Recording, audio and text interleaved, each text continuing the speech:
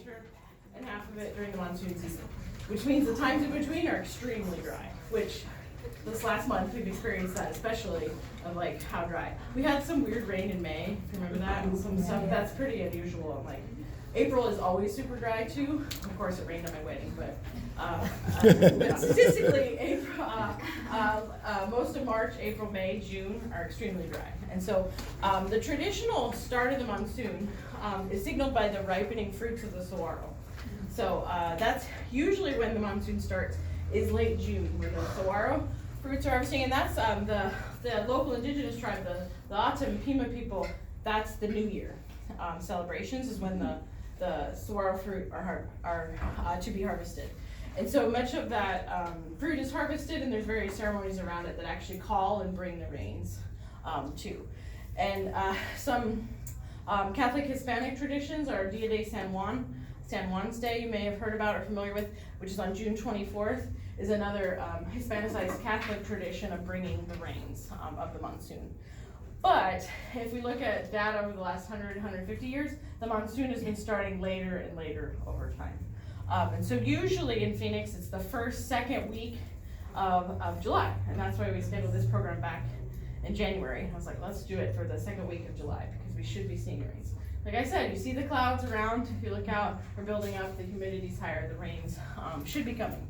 The Weather Service used to signal the start of the monsoon is when the dew point was above 54 for 3 consecutive days. But that's really unreliable. And so the dew point yesterday, I know, was 52. I don't know what it is today. But because of all the safety issues around the monsoon, and the enacting of the stupid driver law and all these things about people not understanding that yes, it does rain in the desert, and that yes, it can be dangerous at times, they've actually declared monsoon season starting June 15th through the end of September. And that's more of like a public service thing, and you may have seen on the news the monsoon specials and alerts, and kind of all the people who are new to the valley of what is the monsoon. It's more of a safety awareness campaign. But that doesn't mean it actually starts raining in mid-June. It usually starts a month later.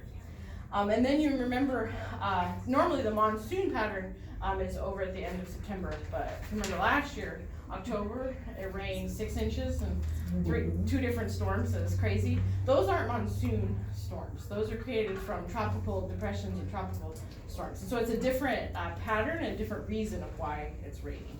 And those are on the increase, actually. And so, so that's a way that we get a lot of moisture too, but it's also, that's the transition. There's a point when the weather changes and the nights get much cooler.